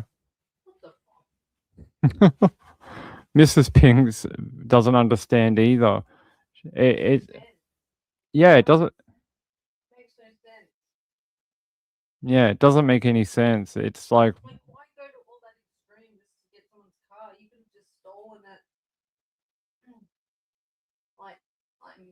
He took it out. Like that night that he stayed hidden on her property. Why didn't you just go steal the keys? Like if you could break into her house, obviously you'd go in there and grab her keys. Also because she had the car, but when she was sleeping, she didn't have the car.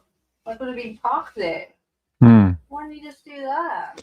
Why did you have to do it like this? I feel like the young people in Melbourne know how to do it better.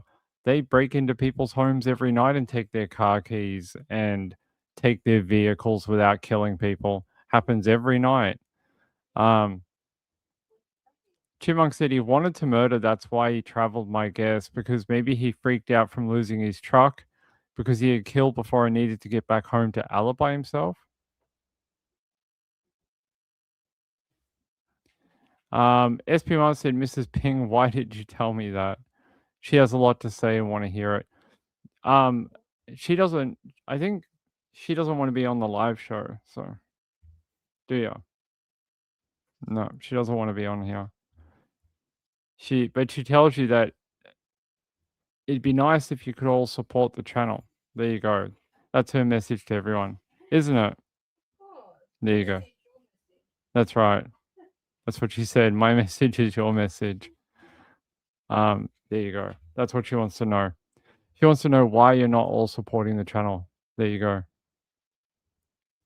No, she doesn't want to do the live show that much. Everyone's like, we would love that though. Only if we could sit her on a chair and like, when they do the interview with those people, like a whistleblower, and like the voice is all garbled and they have like the pixelation thing going on, and like I don't know why he did that. I just had to come on here and tell the truth. Yeah, something like that. he doesn't value life, then why only now at 22? I don't understand that point. If he's so intent on hurting people, he doesn't have a prior history of murdering people. It's I don't know. It's mind-blowing, it really is, to treat people that way as if they're not worth anything, and to kill a woman and then say you didn't like her car and that you were gonna go get another one might be one of the most chilling sentences ever uttered by a murderer. It encapsulates how little value he placed on anything about that woman. It's just brutal, really brutal. That guy, I hope he never sees the light of day again. He is so dangerous. You know, we talk about all like the people that look like they're from the hills have eyes and they've got the crazy eyes and things like that. The real scary ones are like this guy.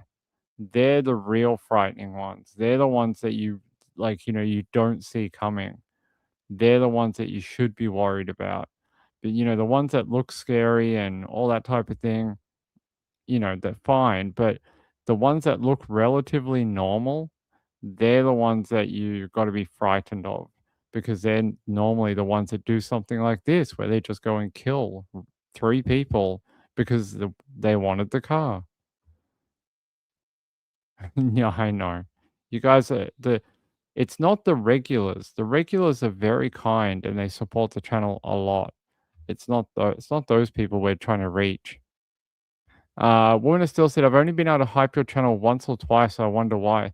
I don't understand how that hype thing works, and I don't understand how it helps the channel at all. I know people have done it before, but I don't get how it actually does anything. I don't know what it does and how it works. I don't know if it actually yeah, I don't understand if it actually does anything. Oh, there's a tow truck driver that actually got that. Let's go here. Is the suspect who police say is responsible for all of this. And that's what our Cannon Seacrest has spent the day doing. He continues our team coverage today, joining me live in Wayne County. Cannon, as you've kind of searched through these documents, you've looked at the latest. Tell us what you've learned so far on this Thursday. Well, first, before we get into those court documents, the pink ribbons that you mentioned earlier, Sarah, stretching all the way over here to Torrey as well. You can see them just put up on street signs, stop signs, just kind of all throughout the town here in Torrey. But now those new court documents do identify the suspect as 22-year-old Ivan Miller from Blakesburg, Iowa. And investigators say he has admitted to killing all 3 women.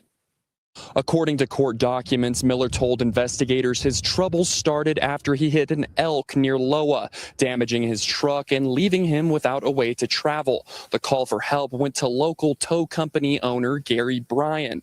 Yeah, I was called by dispatch to go and pick up the pickup that had hit an elk up on SR 24 at mile marker 40. Bryan says he spent about an hour with Miller that night, helping tow his truck and taking him to a local motel. I couldn't believe it because I had been with him for approximately an hour that night, towing him in and getting all of his information and taking him to the motel here in town. Bryan says nothing about Miller seemed out of the ordinary at the time. Said that he was traveling through and he needed to get back to Iowa to help his brother with some construction work. And See, he didn't hurt the guy that with the towing. Why not hurt him and take the truck? The whole thing about targeting these other women, and I don't know if we'll ever be able to make sense of it, but he could have killed that guy that towed his truck. It's very strange. Do you think maybe he hit his head? I don't know. I just want to know what that switch was. Like, why the next day? Why after? Like I said, if you just pointed the weapon at them, they would have given you the keys to the vehicle. There was no need to shoot them. I think everyone knows that if you just point a weapon at someone, that they would do that. SP1 said hype does work according to Kathy at Gossip, Rumor, and Innuendo. Okay. I don't know who that is, but sure, I believe you. I'm not sure who Kathy is. But I believe Kathy. There you go. I hope we find out more about this guy because we gotta protect the world from him. That he is just frightening. Frightening that a guy would do that and just snuff out 3 lives because he wants a car. I mean, I know people get killed in a carjacking sometimes, but not like this. Very strange. Marlene said he has a record. Maybe he thought he was going to jail because of it. Maybe. Hey, Texas, how are you? Old women are easier targets. Well, that's probably true. All right, let me have a look. I don't think there's much more to tell you about him except for what we already spoke about. I'm just trying to see if there's anything. What's Pierce County? Why is it bringing up Pierce County for me? What? What is this?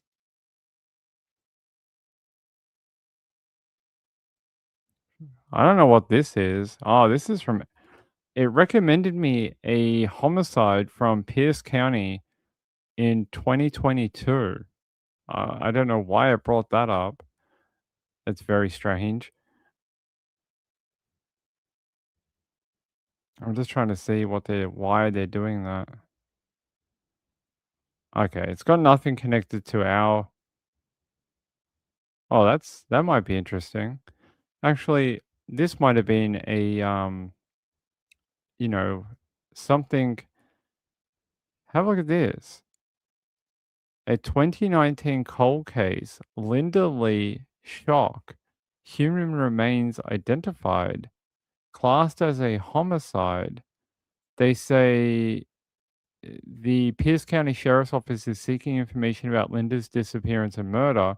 Her remains were found in a yard waste bin on vacant property in Bonnie Lake in 2019.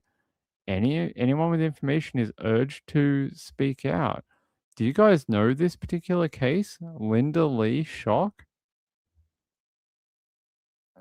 They said they found her remains in a sealed yard debris container. What is that? A sealed yard debris container. They said a bin, but what is a sealed yard debris container? I would have thought it was something like this, maybe. Oh, stupid mouse, I swear. Ah, I'm going to throw this mouse at the wall when I get a new one. I would have thought it was something like this, maybe. Let's look her up very briefly. Linda. Let's look up Linda Shock. I don't know this particular case. They identified her only like a week ago. Let's go. Yeah, let's go out here. I want to know more about Linda.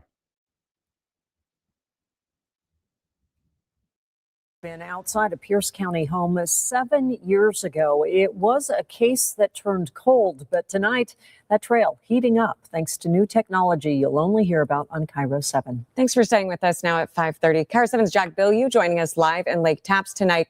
And Jack, that victim now identified, Linda Lee Shock. Yeah, she was found by an excavator working on a vacant lot just on the other side of this tree line. That vacant lot is a home now. The crime scene has long been cleared, but neighbors never stopped wondering what happened there. All sorts of people digging over in the house, in the yard, and caution tape all around. And it was a day Liddell Walker will never forget. It was August 2019, and an excavator clearing out dilapidated trailers had found skeletal remains in a yard waste bin, wrapped in a blanket and duct tape. The case went cold for years, but investigators have now identified the woman inside. oh my gosh, she's pretty.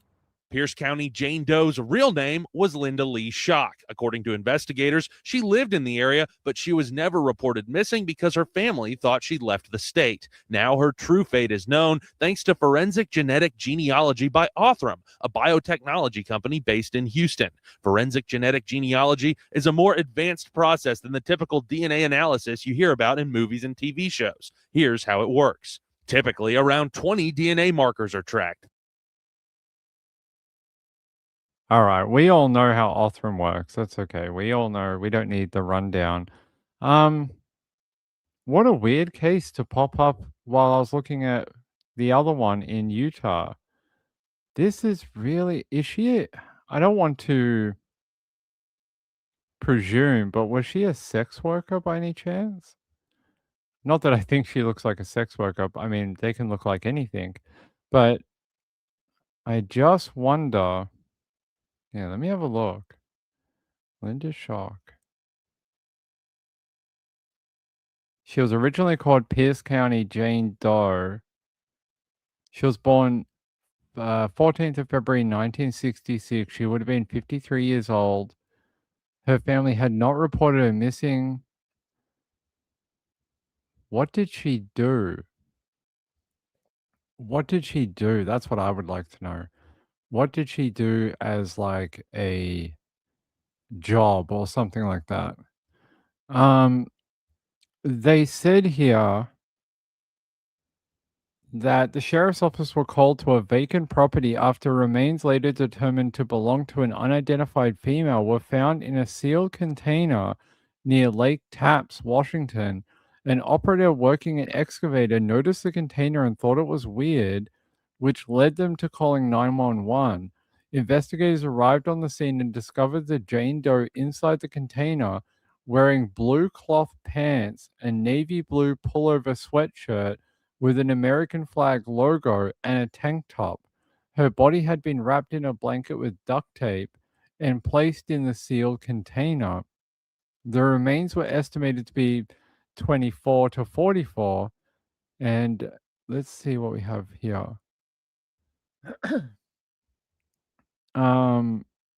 Investigators said they do not know how long she had been dead for or how she died, only that her body was decomposed when discovered in 2019. They have asked those with information about her murder to come forward. Very, very strange. Huh. Apparently the container where they found her was visible on Google Map for years. That's interesting.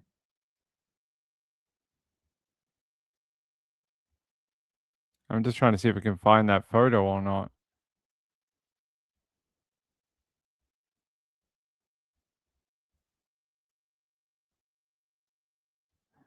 Let me see.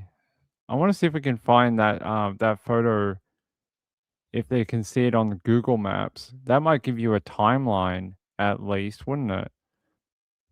Interesting case. You'd have to find out who she was hanging around that time frame and whether she was involved in anything which might make her life higher risk than, say, the average person. Let's see.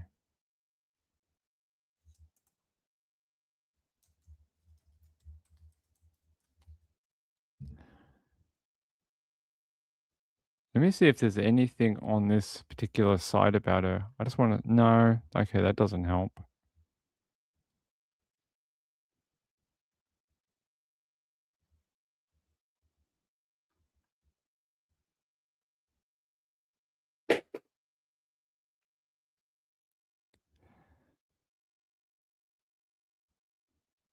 Okay, there's some jewelry here that they released a while ago from the county sheriff. So this was on her person when she was found. And there's the container over there. That's so they were clearing this land. That's when they found her. The jewelry looks, obviously you can see how it must have been there a long time, and it's obviously had human decomposition all over it, which has degraded the jewelry. Some of this looks like it is maybe like gold coated, not full gold dress jewelry, and it's been degraded by the decomposition of the human it was attached to. Very strange.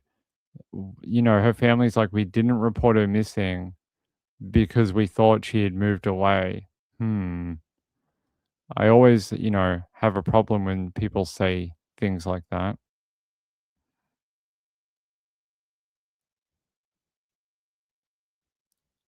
I want to see if I really want that photo of the Google Maps on Earth.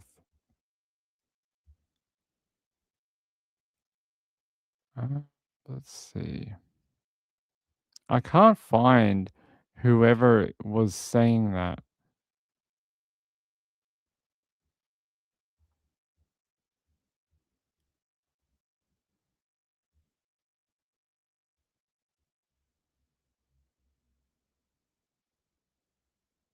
Yeah, I cannot find that, but we'll go out to another link over here.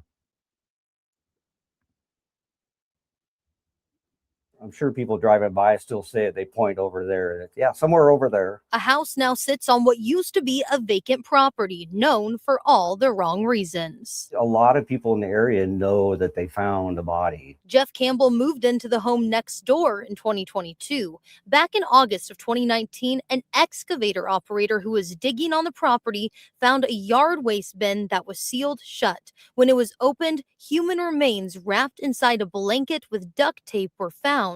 Too decomposed to identify, only jewelry offered clues of who she was. I just figured it had been so long since they'd found her that they weren't ever going to say who it was, or they never figured out. Now that we know who she is, we can dive into her case on a much deeper level. The Pierce County Sheriff's Office has identified the woman as Linda Lee Schock. She was born in 1966 and would have been 53 years old at the time she was found. Deputies do not know exactly when she was killed or who did it. A lot more is going to start to come out about her life, who she was, where she worked, who her family was. They identified her last year through forensic genetic genealogy, which they say takes time and money. 7 years, yes, it's a long time. It's too long, but it's also, that's the capacity that we're able to work within with the resources that are provided to us. Deputies are looking for any information to learn more about Linda and find out who killed her. I'm sure people drive.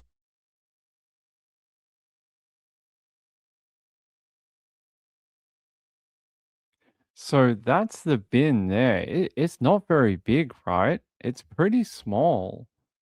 To fit a whole human and a blanket in that, it's pretty tiny. Like I would think that's you'd almost be stuffing them in there. What did they call her? What was the Jane Doe name? I know we're trying to like. Yeah, Lake Taps.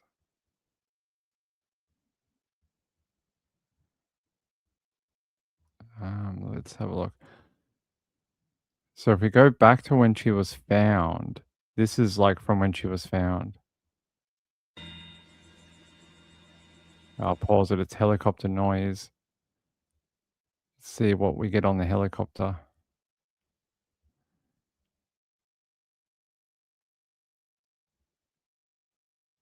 There's the human remains. You can see them on the blanket. So they obviously found bits of human. Crazy. Where's the blue bin though? That's what I want to know.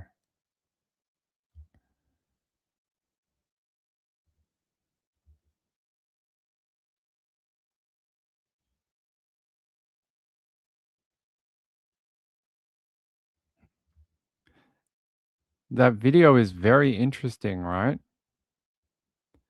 Thanks, Woman of Steel. Let me know. This video is quite interesting to watch, though. I'm guessing that's what that is on the white blanket. It's human remains, like bones and things like that. But where's the blue bin? And why are they looking in the ground? Do you see that? If she was found in the bin, why are they looking in the soil? Like they're digging into the ground. Interesting. I don't know. Maybe there was more things surrounding the bin. Yeah, like a compost bin? Maybe that's what it was, like a compost bin? Someone dumped her in that? Interesting. That's obviously her remains on the blanket though. How very sad that that is what she that's all that remained of her. I'm glad she has her name back. Linda Lee Shock. And the next part of the sort of mystery is how did she end up there at Lake Tap? Lake Taps with an S.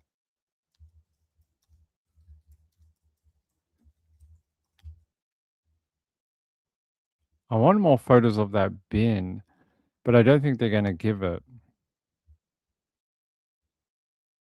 Okay, there we go. That's a better photo. Yeah, well, it's upside down. Looks like it used to have wheels on it. That's an interesting point. How did it get all the way over here if it had no wheels? Because if you put a human in here, that would weigh a ton. I mean, they could have degraded over time and fallen off, but you wouldn't think so. This would be way too heavy to carry a full-size human female. Oh, there is one wheel. Sorry, it's hard to see. There's one wheel still attached to it. So it looks like a blue yard bin. Uh-huh, like this. Like this thing here? I'm trying to find one that has similar wheels. Okay. I think it looks like it's a light blue.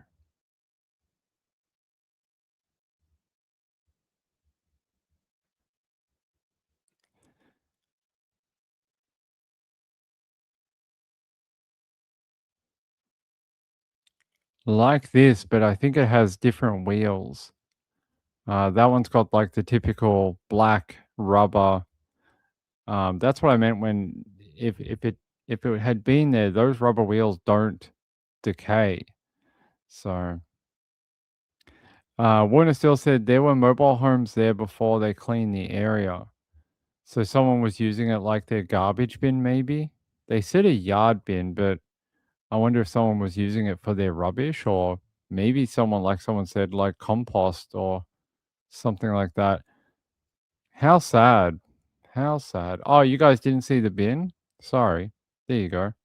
There's the better photo of the one that they had. And I was saying you could see one wheel on it there. But where's the other one?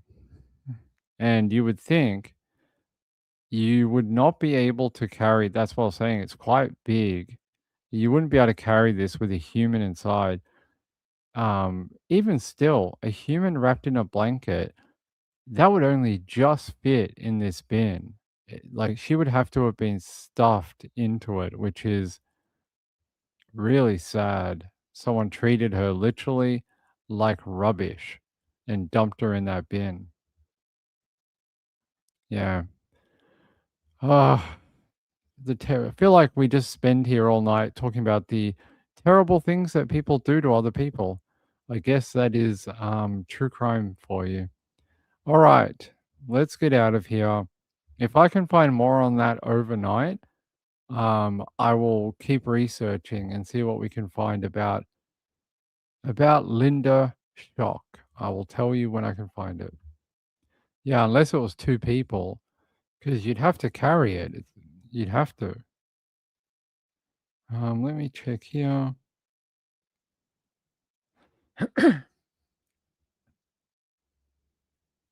I want to thank Sean for the donation to the PayPal. I appreciate it. Dan Yee for gifting a membership, and Peachy Keen for the help with the trial. I appreciate that. It is very kind. I am getting a little nervous about it because it's coming up. I thought we would have finished our fundraising by now, but that's okay. I will get there somehow. Kim says thanks, Ben. Thank you. All right, yeah, thanks, mods. I'm gonna get out of here. I'll see you tomorrow. Chipmunk says thank you for the updates, Ping. Justice for all the victims. Yes. If we could get that, we'd be very happy. If we could get stories solved and people in jail more often, there would be no need for true crime channels because they'd all be solved. They'd all be done. We'd have nothing to report on. That would be a great world. All right. Good night, everyone. Bye.